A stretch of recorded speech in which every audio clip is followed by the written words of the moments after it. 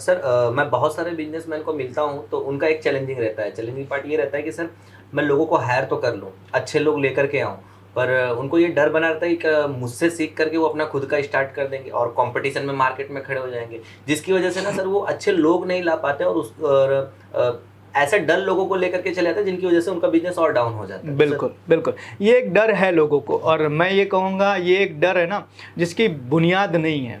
ये खाली डर इसलिए है बिकॉज़ हमने अभी तक ये चीज़ें देखा हुआ है कि मार्केट में किसी के वहाँ से सीख कर किसी ने बिज़नेस शुरू कर दिया।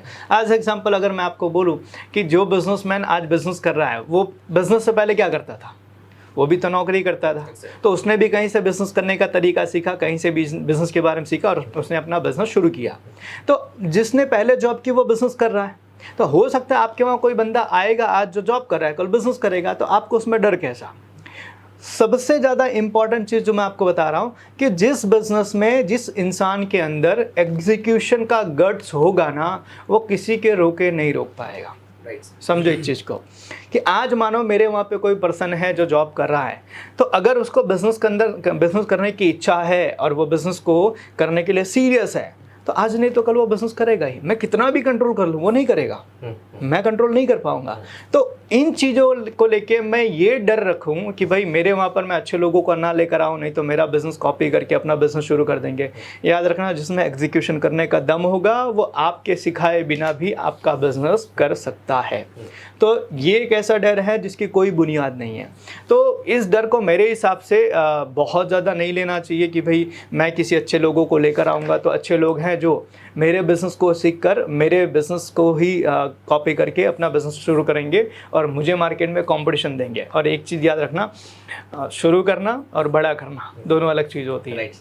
तो आज इंडिया का एक रेशो मैं आपको बताता हूँ, 97% बिज़नेस है ना 5 साल में बंद हो जाते हैं। 97% जो स्टार्टअप हैं, जो बिज़नेस शुरू कर रहे हैं, वो 5 साल में बंद हो जा रहे हैं। उसकी वजह मैं आपको बताता हूँ कि अगर किसी ने देखा देखी बिज़नेस शुरू किया है ना, तो आज नहीं तो कल 100% वो बंद होगा ही।